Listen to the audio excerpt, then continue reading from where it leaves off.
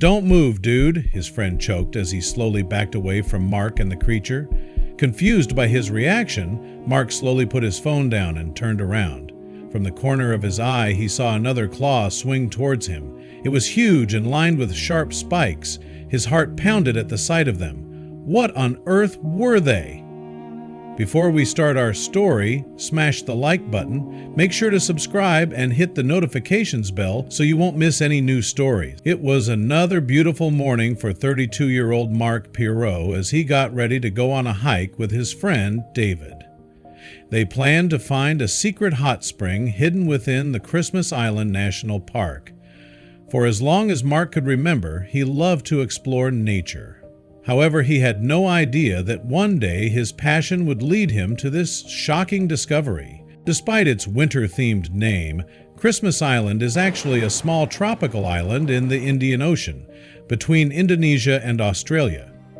Mark moved to the island 3 years ago, adding one more person to its population of about 1,400 people. He didn't initially intend to stay for long, but he fell in love with the place. Little did he know the incredible secret it was hiding. Mark woke up early to another beautiful sunny day on Christmas Island. He got dressed and poured coffee, already looking forward to the fun Saturday he had planned with David. He quickly ate breakfast and left with his bag packed and his face beaming. He was completely unaware that his day wouldn't turn out quite like he had planned it in his head. As soon as Mark met David, they headed out on their adventure to find the hot spring that the locals told them about. It was the island's best-kept secret, and only the people who stayed on the island long enough were told about its location. Mark saw it as a rite of passage, but there was nothing right about what he'd soon encounter. It was about an hour into their walk along the coastline.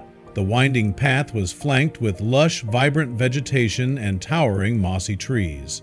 Then, just ahead, Mark saw a large rock blocking their way. It stuck out like a sore thumb for several reasons. The placement was weird. Who would set the walkway planks all the way to the large obstacle instead of going around it? Or, why not remove the boulder entirely? The placement was weird. Who would set the walkway planks all the way to the large obstacle instead of going around it? Or, why not remove the boulder entirely? Also, the wood slats seemed to fit around it perfectly. Maybe it was a special feature or rare mineral? One thing for certain was, it was quite lovely. The bright blues and earthy browns set off a light bulb in his head, something he probably shouldn't do, but the idea was too good to pass up. Even a tiny part of the stone would make a beautiful necklace charm. There was one spiky piece that looked like it would be easy to snap off, shove in his pocket, and be on their way. Mark reached down, his fingers barely grazing the surface. Something moved. He gave the surface a light tap. All of a sudden, the entirely thing shifted, somehow got bigger and scurried into the brush. Mark let out an echoing yelp and jumped back, tumbling off the pathway and into the dirt. That was no boulder. His friend whipped around. "What's wrong?" Mark pointed to a clump of thick vegetation. It moved! The rock thing moved! David looked between the greenery and his friend like Mark had just sprouted 5 heads and started quoting Shakespeare. The shock fizzled away and was replaced with an overwhelming sense of curiosity. He had to find out what it was. Mark crept to the spot where the thing had escaped, pulling the low-hanging branches out of the way. There, in the shadows, was something that could have crept into anyone's nightmares. Long legs with jagged spikes poked out of a hard, bug-like body. Mark froze again, praying it didn't latch onto his face and lay eggs in his stomach. It moved again. A huge claw appeared. The movements were jarring and erratic, like a scared robot backed into a corner. His reaction wasn't the most intelligent, more like a curious child finding something new. He grabbed a stick and tried to poke it. The claw opened. It latched onto the wood and snapped it clean in half. Mark scuttled backwards, not wanting the same thing to happen to his hand. David jumped to the other side of the path, his eyes as wide as Mark's. The foolish poking, however, gave them a good look at the creature.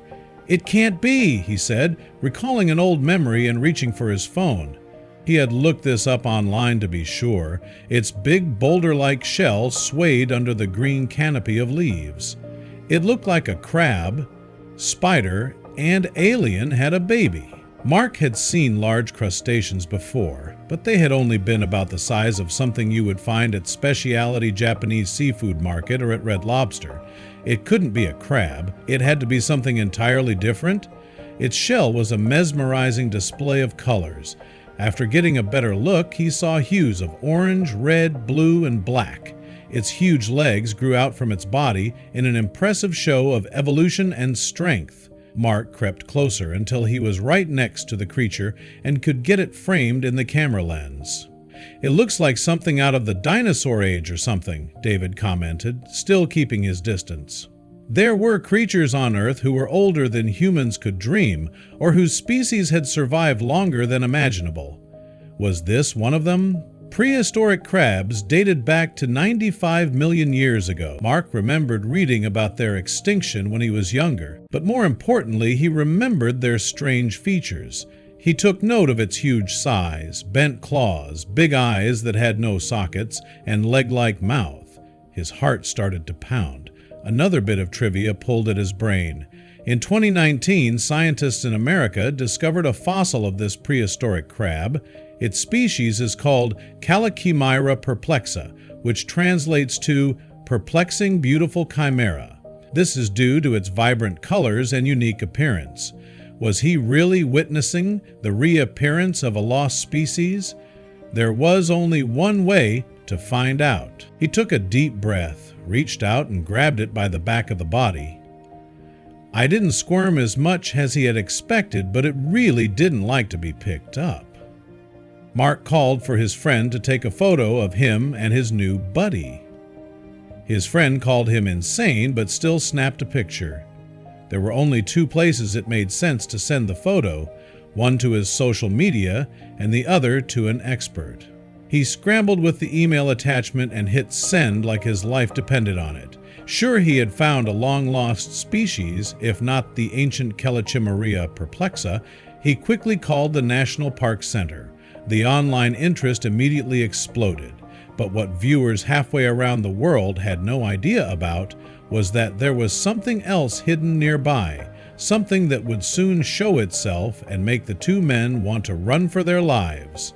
The photo landed with crab expert Max Orchard, spent over 22 years on Christmas Island National Park working with world-leading researchers. You see, Christmas Island was something of an anomaly when it came to the numerous different species of crab that lived there.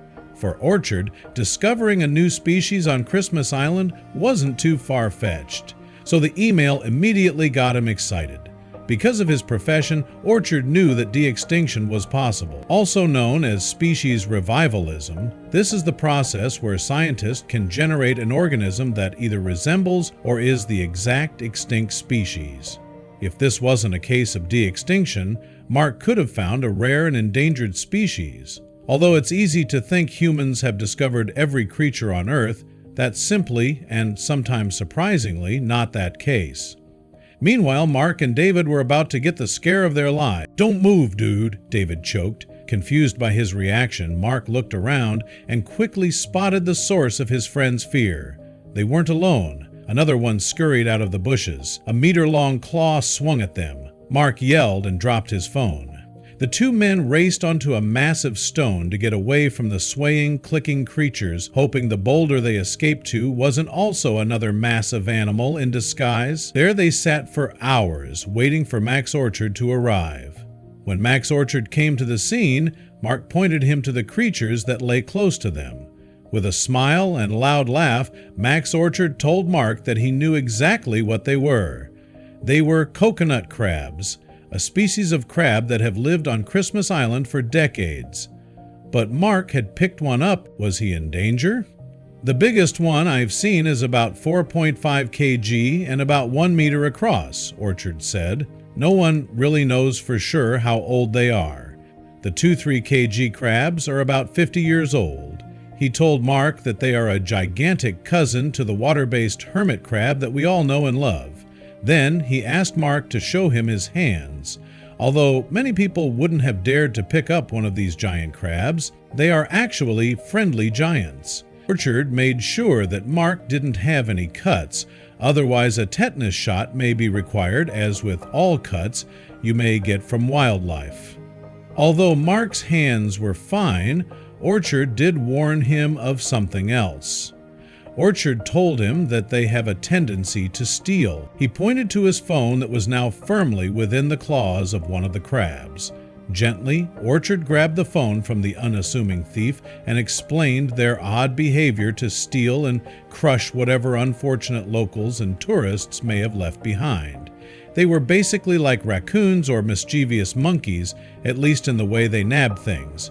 Another term would be incorrigible kleptomaniacs. They have been known to steal cutlery, pots and pans, bottles of alcohol, shoes, camp stoves, machetes, wristwatches, and countless other objects. The reason is actually pretty simple. It's a survival instinct. They don't want to wait around and eat in places the predators could be lurking, so they do something interesting and annoying.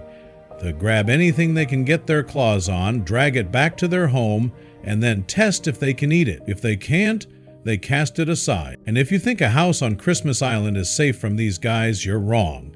These naughty crabs will go as far as to snap open garbage bins or even break into homes if they smell something good.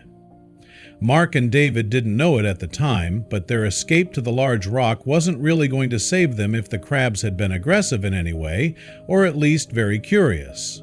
Why? Even if the creatures are fairly gentle, they have an unsettling ability. Their many powerful legs allow them to jump and climb trees. The reason they get their name, coconut crab, is because they can climb palm trees upwards of 6 meters high, so they can get their hands on the tasty treats above. Imagine walking through the forest and seeing one of these right above your head. But that's not all. Over the years, Max Orchard had responded to numerous reports of theft in the park. When I first went to Christmas Island in the early 90s, the Army came over to do some training on the island. They had just been issued with new Steer rifles with these plastic butts, Orchard explained. I got a call from the commanding officer who said someone had been out there and stolen one of their rifles. The culprit? You guessed it, the coconut crab, aka the robber crab. They found the missing Steer rifle sometime later.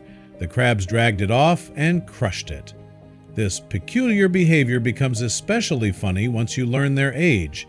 Coconut crabs are not only the largest land-based crabs on Earth, but they are also the longest living. They can easily live up to 120 years old, so it is very likely that the crab Mark picked up was older than he was. Although they're not dangerous, their claws can still cause harm, but Mark was lucky. Mark left the encounter completely unscathed. He also wondered why the locals didn't tell him to watch out for them. When he asked, they said that they wanted him to find out more about the island himself. It wasn't long before Mark's posts of his exciting find gained even more attention online. Mark's picture of the mysterious and unique beast caused quite a stir. If you didn't live on Christmas Island or have an interest in crabs, you would have never guessed what Mark was holding.